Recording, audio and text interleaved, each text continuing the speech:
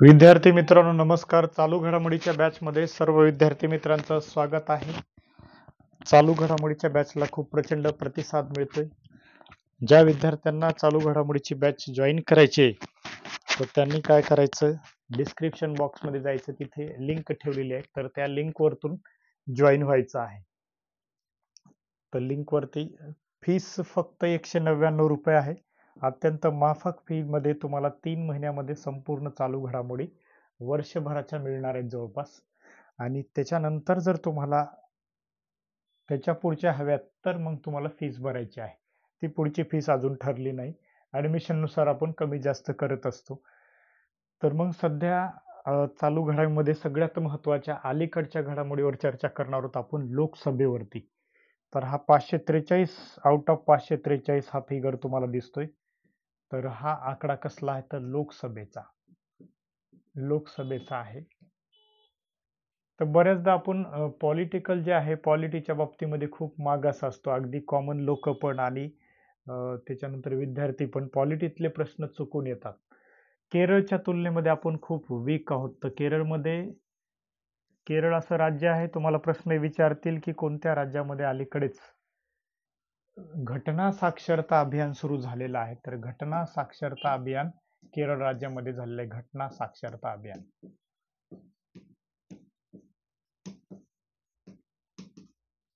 आपण केरळच्या तुलनेमध्ये महाराष्ट्रीयन लोक खूप मागे आहेत. एक उदाहरण देतो, मी न्हाव्याकडे गेलो होतो केस कापायला कटिंगसाठी.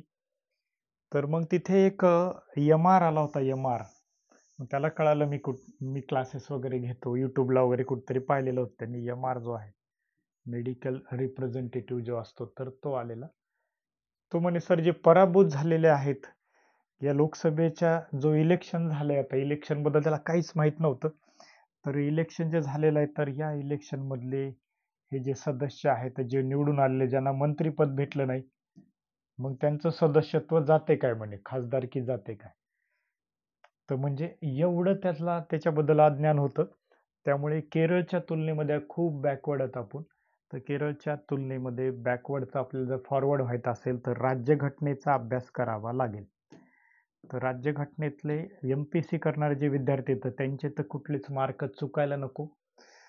MPC UPC सगळीकडे हा विषय आहे, प्रीला आहे, मेन्सला आहे आणि चालू घडामोडीत पण आहे. तर आपण चालू घडामोडीच्या बॅचमध्ये याबद्दल बघणार आहोत. तर मग मी त्यांना समजून सांगितलं या MRला की यांना खासदार म्हणतात आणि निवडून आल्यानंतर ते 5 वर्ष त्यांच्या लोकसभा मतदारसंघाचं प्रतिनिधित्व करतात. त्यासाठी विकासासाठी त्यांना खासदार निधी मिळतो. केंद्राच्या वेगवेगळ्या योजना ते लोकांना सांगतात किंवा राबवतात. असं मग त्याला सोप्या भाषेमध्ये समजून सांगितलं. तर मग इतकं अज्ञान घेऊन आपले महाराष्ट्रीयन लोक जगतात. तर केरळमध्ये घटना साक्षरता अभियान झालेलं आहे, म्हणून केरळचा मतदार हा अतिशय जागृत आहे. बघा, तिथल्या लोकल पार्टीलाच तो निवडून देतो. जे केरळमध्ये एकच जागा बीजेपीची निवडून आलेली आहे. तर मग सगळे डावेच लोक आहेत तिथे, डाव्या पक्षांचेच निवडून येतात. तर मग आपल्याला ते MR सारखं अज्ञान पण घेऊन जायचं नाही. येणारे प्रश्न जे आहेत तर ते पण आपल्याला चुकवायचे नाहीयेत. तर मग इथे तुम्हाला चालू घडामोडीमध्ये काही फॅक्ट विचारतील. अलीकडेच कोणत्या लोकसभेचं इलेक्शन झालेलं आहे, तर 18व्या लोकसभेचं इलेक्शन झालेलं आहे. आणि या इलेक्शन मध्ये किती जागेसाठी इलेक्शन झालंय? ऍक्च्युअल इलेक्शन 543 पैकी 542 जागेसाठी झालेलं आहे. कारण एका जागेसाठी इलेक्शन झालंच नाही. ती जागा कोणती आहे असं विचारतील. तर लोकसभेचे सुरत या ठिकाणी इलेक्शन झालंच नाहीये. सुरत हे गुजरात मधला लोकसभा मतदारसंघ आहे. 543 टोटल लोकसभा मतदारसंघ आहेत. महाराष्ट्रात किती लोकसभा मतदारसंघ होते असं विचारतील. तर महाराष्ट्रात एकूण 543 पैकी 48 लोकसभा मतदारसंघ होते. येणारी पोलीस भरती, MPSC सगळ्याच परीक्षेला आपली चालू घडामोडीची बॅच उपयुक्त आहे. त्यातून प्रश्न येणार म्हणजे येणार, कारण खूप महत्वाचा जो डाटा आहे तर तोच आपण तिथे कव्हर केलेला आहे. तर भापट पसारा घेत नाही मी. रोजच चालू घडामोडीचं लेक्चर नसतं आपल्याकडे. तर सिलेक्टिव्ह कंटेंट असतं आणि सिलेक्टिव्ह कंटेंट मधून प्रश्न येणारच. आतापर्यंत मी काहीतरी 5च लेक्चर तिथे टाकले. म्हणजे फार झालं तुम्हाला 30 ते 40 लेक्चर मी देणार आहे, पण याच्यातून प्रश्न येणार म्हणजे येणार. अगदी महत्वाचं कंटेंट जे आहे, वाढलं तर ते 50-60 पर्यंत लेक्चर जाऊ शकतात. मागे पुढे होऊ शकतं. पण त्यातले 30 ते 40 लेक्चर हे अत्यंत महत्त्वाचे असतील, ज्यावरती प्रश्न येणार परीक्षेला. मागच्या विद्यार्थ्यांचा अनुभव आहे की प्रश्न आलेले आहेत. तर मग फॅक्ट ज्या आहेत तर त्या बघायच्यात आपल्याला. तर लोकसभेमध्ये या ठिकाणी बघा ही 18वी लोकसभा आहे. लक्षात ठेवायला काही ट्रिक्स पण लक्षात ठेवायच्या. तर लोकसभा कोणती होती असा फॅक्च्युअल गोष्टी पण बघायच्या तिथे आणि आपल्याला कन्सेप्ट पण शिकायच्या आहेत. तर लोकसभा ही कितवी होती असं विचारल्यावर 18वी लोकसभा. भारताच्या स्वातंत्र्यानंतर पहिली सार्वत्रिक निवडणूक कधी झाली असं विचारतील. तर भारताला स्वातंत्र्य मिळालं 1950 ला. आपली घटना लागू झाली 26 जानेवारी 1950 ला. तर 26 जानेवारी 1950 ला घटना लागू झालेली आहे. कारण 26 जानेवारी 1930 हा आपण अगोदर स्वातंत्र्याचा दिवस ठरवला होता. तर स्वातंत्र्याचा दिवस ठरवला होता म्हणून तोच तारीख घेतली 26 जानेवारी 1950 ला. भारतामध्ये घटनेची अंमलबजावणी सुरू झालेली आहे. म्हणजे घटना लागू झालेली आहे सोप्या भाषेमध्ये लक्षात ठेवायचं. तेव्हा मग 1952 ला पहिल्यांदा सार्वत्रिक निवडणूक झालेली आहे. मग 52 पासून दर 5 वर्षाला इलेक्शन होत आहेत. कधी कधी 2-3 वर्षालाही होत आहेत. तर बिफोर 5 वर्ष कंप्लीट होण्याच्या आधी पण लोकसभा बरखास्त होऊ शकते. तर मग सध्या मग अशा प्रकारे 52 ला पहिली झाली. तिथून मोजत आल्यानंतर सध्याची लोकसभा कितवी आहे असं विचारतील तरी सध्याची 18वी लोकसभा आहे. आणि इथे लक्षात ठेवायला एक ट्रिक सांगतो तुम्हाला. 18व्या लोकसभेमध्ये 18 वर्षाच्या पोरींनी मतदान केलेलं आहे. लक्षात ठेवायला सोपं आहे. मग तुम्हाला फॅक्ट काय विचारतील, मतदाराचं वय किती असतं लोकसभेसाठी? तर मतदाराचं वय म्हणजे जो मतदान करतो त्याला मतदार म्हणतात. जो मताचं दान करतो मतदान, तर त्याला मतदार म्हणतात. तर मतदाराचं वय 18 वर्ष कंप्लीट असणं गरजेचं आहे. पूर्वी हे 21 वर्षाचं होतं, परंतु राजीव गांधीजींच्या काळामध्ये 61वी घटना दुरुस्ती झालेली आहे. 61व्या घटना दुरुस्तीने त्यामध्ये बदल झालेला आहे. तर घटनेमध्ये बदल करणार आहेत नरेंद्र मोदी म्हणून असे सगळीकडे अफवा झाली होती, प्रचार पसरत झाला होता. तर घटनेमध्ये घटना दुरुस्त्या काही वेळेस करणं गरजेचंच असतं. संपूर्ण घटना बदल करणं कोणाला शक्य नाहीये. कारण घटनेचं जे बेसिक स्ट्रक्चर आहे, मूलभूत जो ढाचा आहे, तर त्याला कोणालाच हात लावता येत नाही. लक्षात घ्या. मूलभूत ढाचा जो आहे ती मूळ त्याचा जो बेस आहे, तर त्या बेसला कोणालाच हात लावता येत नाही. असा सुप्रीम कोर्टाने केशवानंद भारती नावाचा एक खटला होता, केशवानंद भारती विरुद्ध केरळ सरकार, तिथे म्हटलेलं आहे. त्यामुळे मूलभूत ढाचा केशवानंद भारती खटल्यामुळे हा सुप्रीम कोर्टामध्ये गेला होता, सर्वोच्च न्यायालयामध्ये खटला गेला होता. तर मग तिथे या ठिकाणी सर्वोच्च न्यायालयाने निर्णय दिला की घटनेच्या मूळ ढाच्याला कोणत्याच सरकारला, कोणत्याच पंतप्रधानाला, इंदिरा गांधी असतील, पंडित जवाहरलाल नेहरू असतील, मूळ ढाचा त्याच्यानंतरचे येणारे जे पंतप्रधान, आता हे नंतरचा खटला आहे, तर मूळ ढाच्याला हात लावता येणार नाहीये असं या ठिकाणी हा सुप्रीम कोर्टाने या ठिकाणी एक खटला होता. तर तो प्रसिद्ध आहे खटला. कधीचा आहे ते कमेंटमध्ये टाका, हा खटला कधीचा आहे. तर मग ही 18वी लोकसभा जी आहे तर त्याच्यामध्ये 18 वर्षाच्या एकदम तरुण लोकांनी मतदान केलेलं आहे. कारण पूर्वी मूळ घटनेमध्ये 21 वर्ष वय होतं, परंतु 61व्या घटना दुरुस्तीने यामध्ये बदल केलेला आहे. तर हे लक्षात ठेवायचं फॅक्टच्या बाबतीमध्ये. फॅक्ट प्लस कन्सेप्ट पण शिकतोय आपण. कन्सेप्ट काय आहे तर लोकसभा म्हणजे काय, काही लोकांना हेच कळत नाही. बऱ्याचदा मी मग तुम्हाला ते न्हाव्याचा दुकानातलं उदाहरण दिलं. रिक्षामध्ये, बसमध्ये लोकांना इलेक्शन कोणता चालू आहे ते कळत नाही. म्हणजे केरळच्या तुलनेत आपले खूप मागास लोक आहेत. तर मग लोकसभा म्हणजे काय ही कन्सेप्ट पहिले सांगतो. जे विद्यार्थी अगदी नवीन आहेत तर त्यांना लेक्चर कळेल मला, आणि जे जुने आहेत त्यांना आणखी काही कन्सेप्ट क्लिअर होतील. कन्सेप्च्युअल क्लॅरिटी आली तर मग कुठल्याही परीक्षेत गेलात तर तुम्ही चुकणार नाहीत. लोकसभा म्हणजे काय तर लोकसभा म्हणजेच आपले संसद जे आहे. संसद म्हणजे काय, परत असा प्रश्न तयार झाला पाहिजे तुम्हाला. संसद म्हणजे काय तर भारताचं कायदेमंडळ. भारताचं कायदेमंडळ जे आहे तर त्याला संसद असं म्हटलं जातं. ज्या ठिकाणी भारताला लागणारे, देश चालवण्यासाठी लागणारे कायदे तयार होतात, तर त्या कायदेमंडळाला संसद असं म्हटलं जातं, पार्लमेंट असं म्हटलं जातं. मग या पार्लमेंटमध्ये 2 सभागृह असतात. लोकसभा आणि दुसरं सभागृह आहे राज्यसभा. हे 2 सभागृह असतात, लोकसभा आणि राज्यसभा. आणि गंमत म्हणजे या दोन्ही सदस्यांना खासदारच म्हणतात. दोन्हीकडच्या सदस्यांना खासदार असं म्हटलं जातं.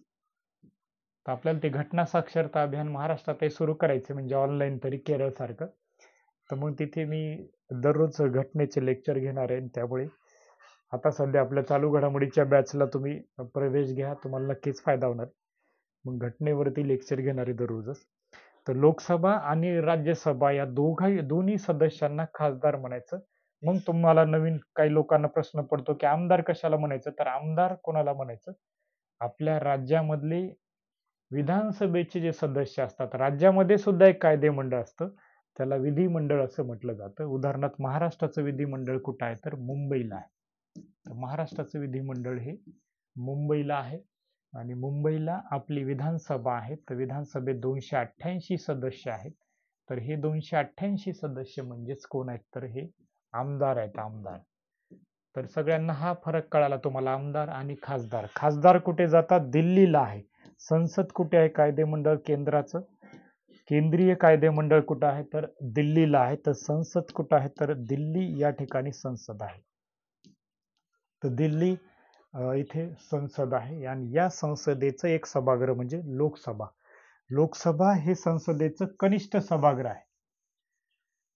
याला लोअर हाऊस म्हणायचो आपण, इंग्रज काळामध्ये त्याला लोअर हाऊस म्हटलं जातं.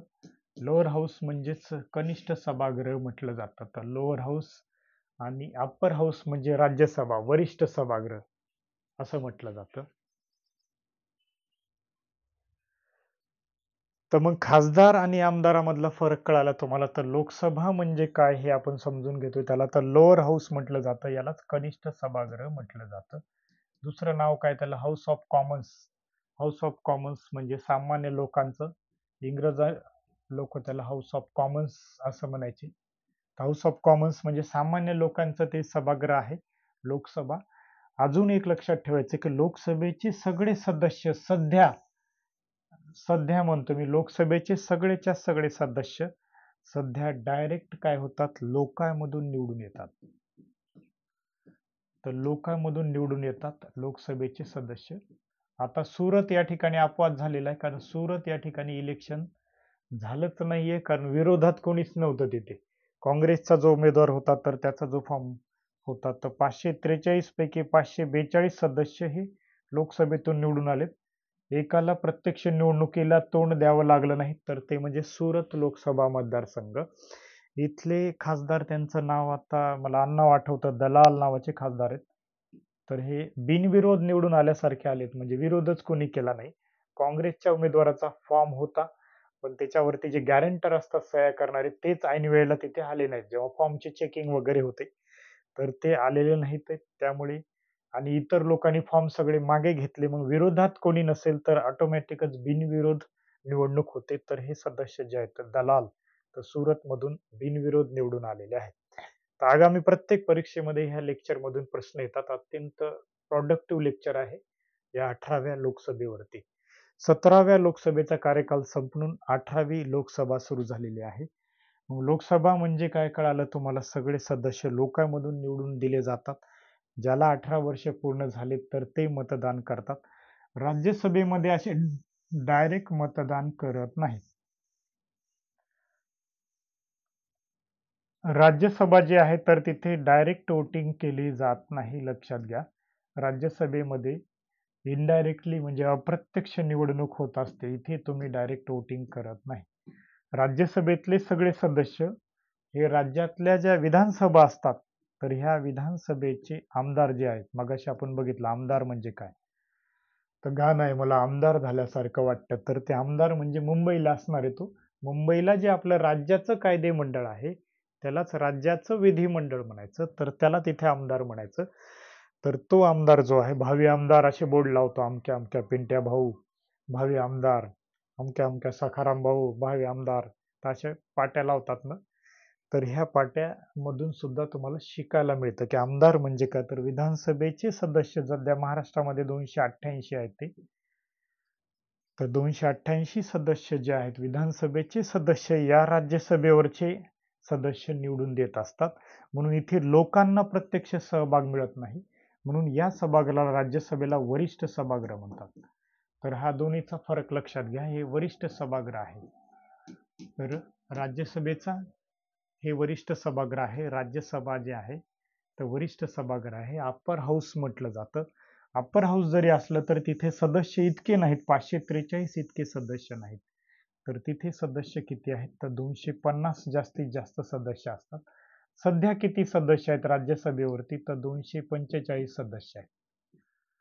आणि लोकसभा दर 5 वर्षांनी बरखास्त होती. लोकसभा सध्या आता 17वी लोकसभा डिझॉल्व्ह झाली, बरखास्त झाली आणि 18वी लोकसभा निवडून आलेली आहे.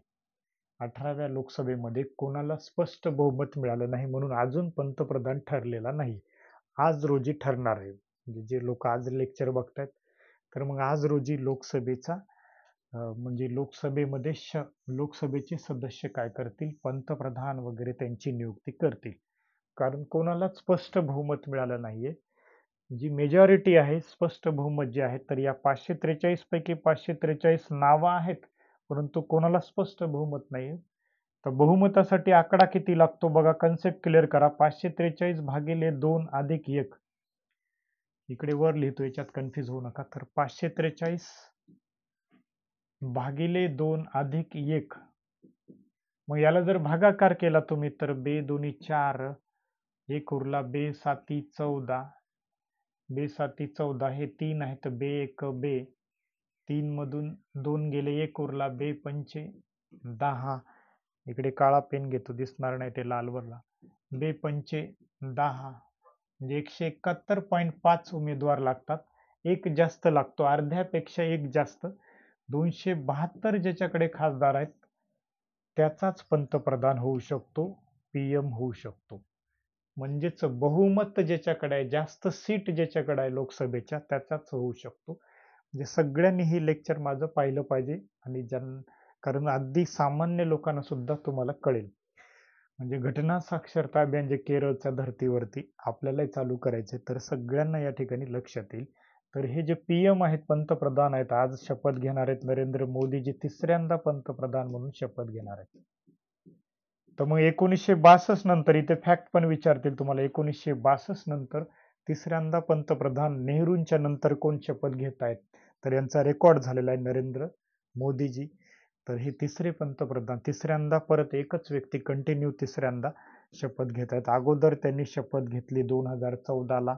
अगोदर कधी घेतली तर त्याच्यानंतर दुसऱ्यांदा 2019ला. दर 5 वर्षानंतर लोकसभेचं इलेक्शन होत असतं आणि आता 2024ला. तर मग ही पहिली ही त्यांच्या काळातली 16वी लोकसभेला तेच होते, 17वी लोकसभेला तेच होते आणि 18व्या लोकसभेला तेच होते. तर माझ्या मेवणीची मुलगी आहे, ती 17 वर्षाची आहे. म्हणजे जेव्हा 2-4 वर्षाची, 5 वर्षाची होती, तिला काहीच कळत नव्हतं.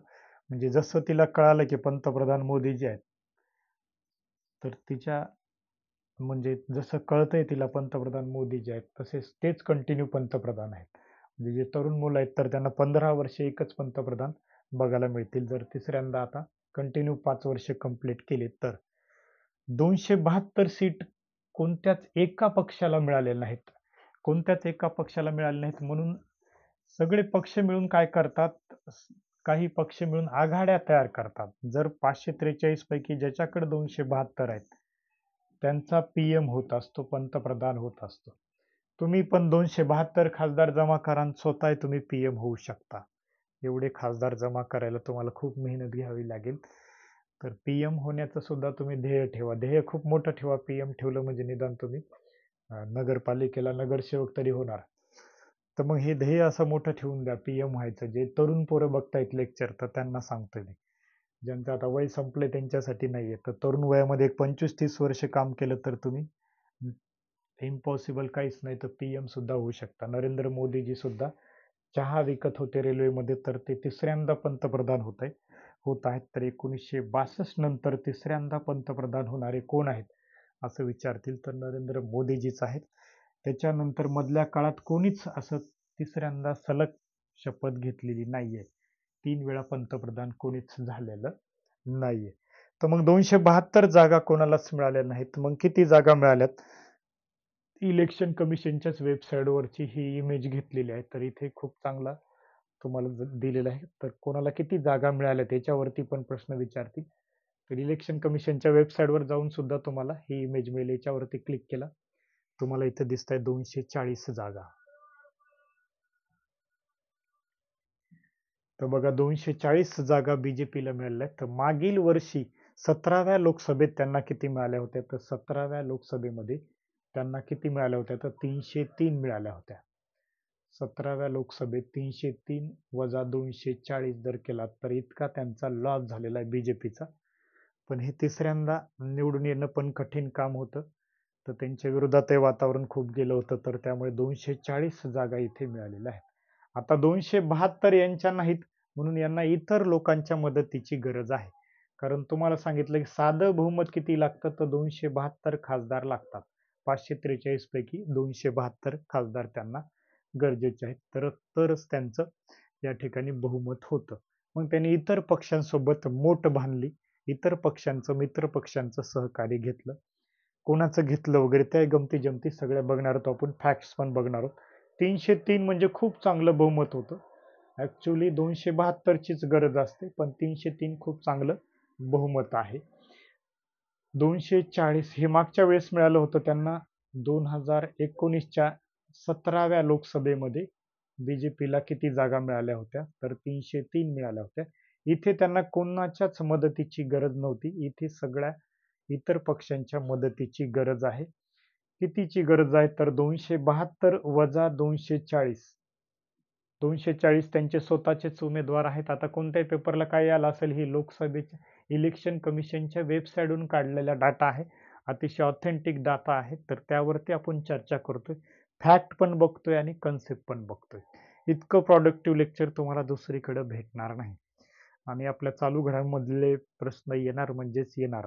तर प्रत्येकाने ती बॅच जॉईन करा. जे स्पर्धा परीक्षा करतात त्यांनी ₹199 मध्ये बॅच आहे. 3 महिन्यासाठी ऍक्सेस आहे. तर मग 240 वजा करायचेच म्हणजे नरेंद्र मोदींना पंतप्रधान होण्यासाठी किती लोकांची गरज आहे दुसऱ्या खासदारांची? तर याच्यामधून याची वजाबाकी करू आपण. इथे 7 मधून किती गेलेले आहेत? तर 4 गेलेत. 5, 6, 4, 5, 6, 7 म्हणजे 3, 32. 32 उमेदवारांची, 32 खासदारांची गरज आहे. 32 निवडून आलेले खासदार त्यांना लागणार आहेत. पडलेले वगैरे नाही. तर अजून काही लोकांना 32 कोणी आणायचे असं नाही. माजी खासदार चालणार नाहीत. आता 18व्या लोकसभेमध्ये निवडून आलेले खासदार लागतील. फक्त लोकसभेतलेच लागतात, राज्यसभेतले चालत नाही. राज्य लोकसभेतलंच, कारण लोकसभाच लोकांमधून निवडून येत असते. कन्सेप्ट क्लिअर ठेवा. 32 लोकांची त्यांना गरज पडणार आहे. मग 32 कोण सपोर्ट करणार आहेत वगैरे? मग यांनी बीजेपीने काय केलं? इतर मित्र पक्षांसोबत जाऊन एक आघाडी तयार केलेली आहे. आघाडी म्हणजेच जेव्हा जागा 272 होत नाहीत तेव्हा आघाडी करावं लागते. तर त्या आघाडीचं नाव आहे एनडीए आघाडी आणि याच्या अपोजिट आहे इंडिया आघाडी, जी काँग्रेसची आहे. तर काँग्रेसला किती जागा मिळाल्यात या इलेक्शनमध्ये असं विचारतील तर काँग्रेसला याच्यावर क्लिक केलं की तुम्हाला मिळेल 99 जागा आहेत. INC म्हणजे इंडियन नॅशनल काँग्रेस, ज्याची स्थापना 1885 ला झाली होती. तर काँग्रेस या पक्षाची स्थापना कधी झाली होती? पण हे यांना सपोर्ट करणार नाहीत. हा भगवा रंग दिसतो ना, हा निळा रंग, तर हे विरोध करणारी पार्टी आहे. भगवा रंग म्हणजे हिंदुत्वाचा रंग आहे. केशरी रंग जे आहे तर हिंदुत्वाचा किंवा त्यागाचा रंग आहे. महाराजांच्या अंगावर भगवे कपडे असतात, त्यागांचा रंग आहे. तर नरेंद्र मोदीजींनी देशासाठी त्याग केलेला आहे भरपूर. तर मग असं लक्षात ठेवलं, हे 240 जागा आहेत, यांच्या विरोधात 99 आहेत. मागील वेळी यांना फक्त 52 जागा होत्या. मागील वेळी 52 जागा होत्या. तर मग इथे कन्सेप्ट तुम्हाला सांगायची, आता त्यांना 99 जागा मिळालेल्या आहेत. पण हे यांना सपोर्ट करत नाहीत. इतर इकडचे जे मित्र पक्ष आहेत तर ते त्यांना सपोर्ट करणार आहेत. तर ह्या 99 जागा ज्या आहेत तर 543च्या 10% आहेत का बघू आपण. 543 गुणिले 10 भागिले 100, कारण 10% असल्या तरच मग या ठिकाणी त्यांना विरोधी पक्ष नेता मिळणार आहे. तर हा शून्य कटला, हा शून्य कटला आणि या 10ने याला जर भागलं तर हे 54.3च येतं. 54.3 म्हणजे 55 उमेदवाराची गरज होती. मागच्या वेळेस त्यांच्याकडे 52च खासदार होते. 2019च्या इलेक्शनला काँग्रेसकडे किती खासदार होते तर फक्त 52च होते. आता 2024च्या इलेक्शनमध्ये त्यांच्याकडे 99 खासदार आहेत आणि ही 10%ची अट यांनी पूर्ण केलेली आहे. 10% म्हणजे 55 ज्याच्याकडे खासदार असतील त्याला विरोधी पक्ष नेता नावाचं पद मिळतं. कॅबिनेट दर्जाचं पद आहे. विरोधी पक्ष नेता नावाचं पद आहे. तर हे कॅबिनेट दर्जाचं पद आहे. तर कॅबिनेट दर्जाचं पद मग इथे काँग्रेसला मिळणार आहे. राहुल गांधीजींना सगळे काँग्रेसचे किंवा इतर जे आहेत इंडिया आघाडीचे लोक सगळेच राहुल गांधीजीला म्हणतात की तुम्ही विरोधी पक्ष नेता व्हा. पण राहुल गांधीजींनी बऱ्याचदा असं जबाबदारी ऐन वेळेला आल्यावर त्यांनी स्वीकारलेली नाही. परंतु कदाचित आता त्यांनी स्वीकारायला पाहिजे असं मलाही वाटतं. तर विरोधी पक्षनेता व्हायला पाहिजे. म्हणजे जबाबदारी तुम्ही अंगावर घेतल्याशिवाय तुम्ही शिकत नसणार, म्हणजे शिकणार नाही. तर आता चांगली संधी आहे, कारण 10% जागा मागील वेळी नव्हत्या, 52च होत्या. तर मग 52%, 52 ज्या जागा होत्या तर 52 जागेवरती 55 जागेची किमान गरज आहे. विरोधी पक्षनेत्याला कॅबिनेटचा दर्जा असतो, मंत्र्यासारखा सगळा ताफा असतो, गाड्या घोड्या सगळ्या वाय वाय करत त्या गाड्या येतात सगळ्या. तर असं सगळं स्ट्रक्चर त्यांचं असतं. तर मग हे 99 आहेत. मग काँग्रेसकडे सुद्धा 272 नव्हत्या. तर मग त्यांनी पण आघाडी केली. इंडिया आघाडी जी आहे तर त्यांच्या 234 झाल्यात. पण इकडे एकट्या मोदींच्या 240 आहेत. मोदींच्या म्हणजे बीजेपीच्या 240. यांना 32चीच गरज आहे. तर 32चीच गरज आहे आणि ती गरज आज पूर्ण होत आहे. आज पंतप्रधान मोदीजी शपथ घेत आहेत. त्यानंतर इतर पक्षाला याच्यामध्ये किती जागा मिळाल्यात तर ते बघू आपण. इतर पक्ष जे आहेत तर त्यांना कशा जागा मिळाल्यात तर ते पण पाहू. इथं जर पाहिलं तुम्ही SP म्हणजे समाजवादी पार्टी जी आहे तर तिला 37 जागा मिळालेल्या आहेत. इथेच बीजेपीच्या जागा कमी झालेल्या आहेत. तर त्यांच्या जागा कोणी खाल्यात तर समाजवादी पार्टी जे आहेत तर त्यांनी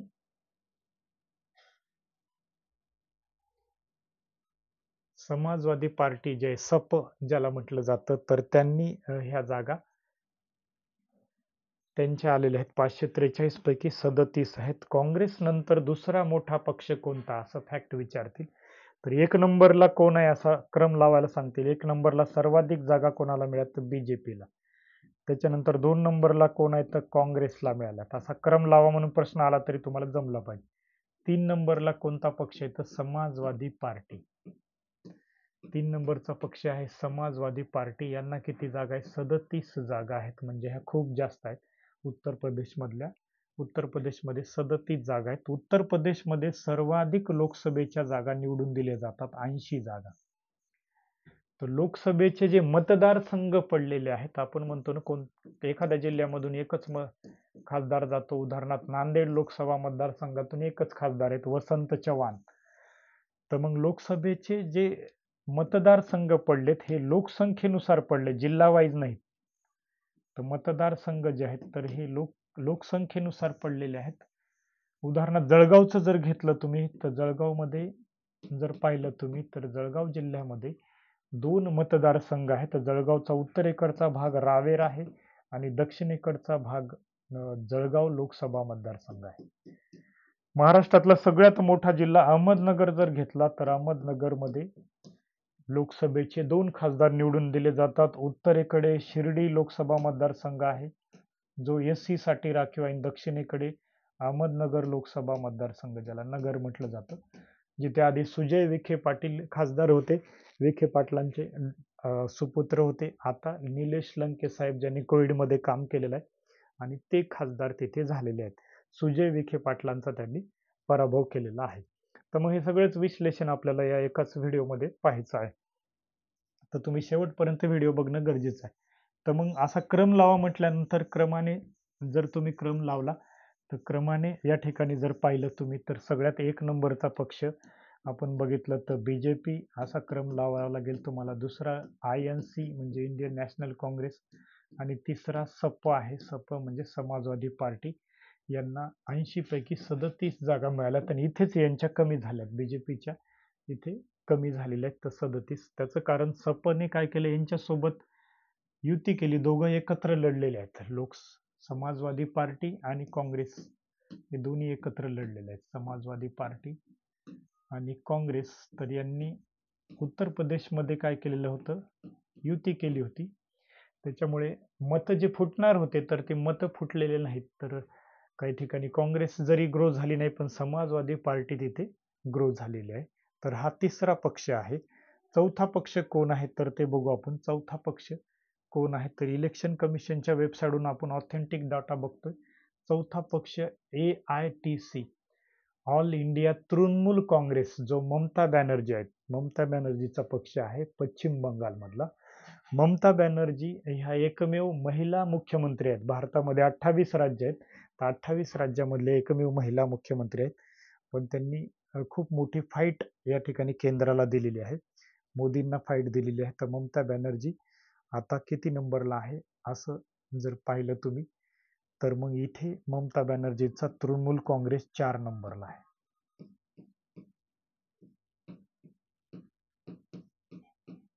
जिथे मोदींना जागा अपेक्षा होती की इथे बीजेपीच्या ग्रो होतील, पण तृणमूल काँग्रेसच त्या ठिकाणी जास्त जागा त्यांना तृणमूल काँग्रेसलाच मिळालेल्या आहेत, म्हणून तृणमूल काँग्रेसनेच जागा ग्रो केलेल्या आहेत. तर मग चौथा पक्ष कोणता आहे तर तृणमूल काँग्रेस हा चौथा पक्ष आहे. तर इथे लक्षात ठेवले आपण चौथा पक्ष कोण आहे. तर पाचवा कोण आहे तर तो बघायचा आहे. पाचवा कोण आहे तर हे बघण्यासाठी इथे क्लिक करावं लागेल तुम्हाला. हा चौथा झाला AITC म्हणजे ऑल इंडिया तृणमूल काँग्रेस. इथे जर पाहिलं तर DMK, द्रविड मुन्नेळम कळघम, हा तामिळनाडूतला पक्ष आहे, तर त्यांना 22 जागा मिळालेल्या आहेत. त्याच्यानंतर TDP, तेलगू देशम पार्टी जी आहे, तर ही पार्टी मग इकडे मोदींना सपोर्ट करते. TDP ही पार्टी जी आहे तर त्यांना 16 जागा आहेत. क्रमाने जर बघितलं तर 1 2 3 4 5 6, TDPचा 6 नंबर आहे. पण ते इकडे काँग्रेसला सपोर्ट न करता त्यांनी BJPला सपोर्ट केलाय. चंद्रबाबू नायडू त्याचे प्रमुख आहेत त्या TDP पक्षाचे. बाबू इज बॅक असं आंध्र प्रदेशमध्ये सगळीकडे आता त्यांची हवा आहे. बाबू इज बॅक असं म्हटलं जातं, कारण TDP म्हणजे तेलगू देशम पार्टी. राज्यसेवा मेन्स वगैरे कुठल्याही परीक्षेला तुम्हाला हा डाटा विचारतील. लोकसभेचा 18व्या लोकसभेतली आकडेवारी जी आहे, तर TDPने 6 मारलेलं आहे असं लक्षात ठेवा, कारण 1 नंबर BJP, 2 नंबर काँग्रेस. पण काँग्रेसला अजूनही 3 आकडे मिळले नाहीत, तर 3 आकड्याला एक आकडा कमी पडलाय, 99वरच येऊन थांबलेले आहे. 3 नंबर या ठिकाणी आपण लक्षात ठेवले की सपा नावाचा पक्ष आहे. सपाच्या नंतर मग इथे तृणमूल काँग्रेस, ऑल इंडिया तृणमूल काँग्रेस, आणि त्याच्यानंतर ऑल इंडिया तृणमूल काँग्रेस, एकच minute, all India Trinamool Congress नंतर हा DMK आहे. DMK नंतर हा TDP आहे. TDPने 6 मारला, 1 2 3 4 5 6, 6व्या क्रमांकाच्या जागा मिळाल्यात.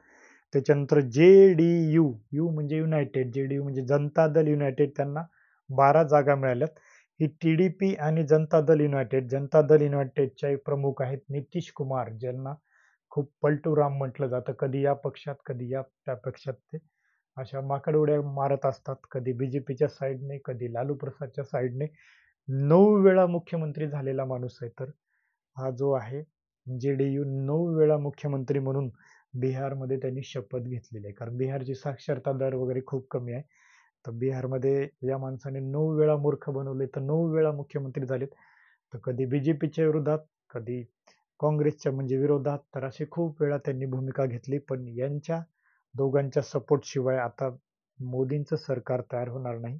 तर मग TDP म्हणजे तेलगू देशम पार्टी आणि JDU, Janata Dal United, you for United, तर या दोघांनी मिळून मोदींना सपोर्ट केलेला आहे. मग ह्यांच्या जर जागा आपण बघितल्या 16 + 12, तर 16 + 12 जर घेतल्या तुम्ही, 16 + 12, तर हे किती होत आहे त्यांच्या 28 जागा होत्या. तर 28, 240 स्वतः मोदीकडे आहेत आणि यांच्या 28 जर बघितल्या तर 8 आणि हे 4 5 6 68, 268. आता किती 4 एक जागा अपक्ष वगैरे ते तर त्यांच्याकडे आहेतच, तर मग ते 4 एक जागा मिळाल्या की 272 होतात. मेन हे 2 किंग मेकर आहेत. त्यांना किंग मेकर म्हटलं जातं. ज्यांच्या सपोर्ट शिवाय सरकार स्थापन होत नाही, तर त्यांना किंग मेकर म्हणतात. म्हणजे ते स्वतः किंग नसतात, पण किंग तयार करतात म्हणून त्यांना किंग मेकर म्हटलेलं आहे. तर ह्या 16 आणि 12 जे-डी-यूच्या ज्या 12 आहेत, तर त्या जागा खूप महत्त्वाच्या आहेत. त्याच्यानंतर कोण महत्त्वाचा आहे, त्याच्यानंतरचा क्रम बघू आपण. तर हे 12 नंतर 9 जागा ज्या आहेत, एस-एच-एस यू-बी-टी म्हटलेलं आहे. म्हणजेच शिवसेना, यू-बी-टी म्हणजे उभाटा गट, उद्धव बाळासाहेब ठाकरे गट. परंतु हे काँग्रेसला सपोर्ट करतात, विरोधामध्ये आहेत. मोदींच्या बाजूने नाहीत, पण कदाचित जाऊ पण शकतात भविष्यामध्ये हे 9 जागा. याच्यातला कोणी धोका दिला तर हे मोदींना मदत करतील, असं स्वतः उद्धव ठाकरेजींचं स्वतःचं स्टेटमेंट आहे. तर शिवसेना उद्धव बाळासाहेब ठाकरे हे 9 जागा आहेत त्यांच्या. त्याच्यानंतर कोण आहेत तर एन-सी-पी, एस-पी म्हणजे शरद पवार गट, नॅशनलिस्ट काँग्रेस पार्टी, राष्ट्रवादी पक्ष, ज्यांच्या 8 जागा आहेत, पण ते पण काँग्रेसच्याच बाजूने आहेत. आणि त्याच्यानंतर जो पक्ष आहे एस-एच-एच म्हणजे जी शिवसेना आहे, एकनाथराव शिंदेची, त्या 7 जागा त्या इकडे सपोर्ट करतात. म्हणजे त्या 7 जागा यांना 4 चीच गरज होती. तर त्या इथे आपण बघितलं की 28 तर ह्या दोघांच्याच मिळून होत आहेत. 4 ची जागा होती. परंतु एस-एच-एचच्या शिवसेना, एकनाथराव शिंदे यांच्या 7 जागा आहे. तर त्याच्यामुळे यांचं बहुमत होतं. फक्त ह्या दोघांना नेहमी त्यांना सांभाळायचं आहे. कारण हे जसे बाहेर पडले, 272 पेक्षा फिगर जसाही कमी झाला 272 पेक्षा. आता ह्यांचा स्वतःचा 240 आहे, म्हणजे कमी होण्याची भीती 5 वर्ष नेहमी सतावत असते. फक्त अटल बिहारींनी हे आघाडी सरकार कंप्लीट केलं होतं. म्हणजे असं जे लंगडं सरकार म्हणतात, आघाडी सरकार म्हणजे स्वतःच्या 240 जागा आहेत आणि त्यांना 32 ची गरज आहे. तर मग सतत त्या 32 लोकांना सांभाळावं लागतं आणि याच्यामध्ये 2 लोकांना खूप त्यांना 5 वर्ष सांभाळायचं आहे. 5 वर्षाच्या आतच जर त्यांनी पाठिंबा काढला, तर सरकार अल्पमतात येणार आहे. त्याच्यामध्ये लोकसभेमध्ये अविश्वासाचा ठराव मांडला जातो तशा वेळेस, आणि लोकसभेला जर 272 सरकारच्या बाजूने जागा राहिल्या नाही, तर सरकार त्या ठिकाणी पडणार आहे. तर सरकार इथे पडणार आहे. तर अशा पद्धतीने जर तुम्ही आकडेवारी लक्षात ठेवली, तर या लोकसभेचं विश्लेषण तुम्हाला कळून जाणार आहे. तर ही 18वी लोकसभा जी आहे, तर तुम्हाला बऱ्यापैकी कळालेली आहे.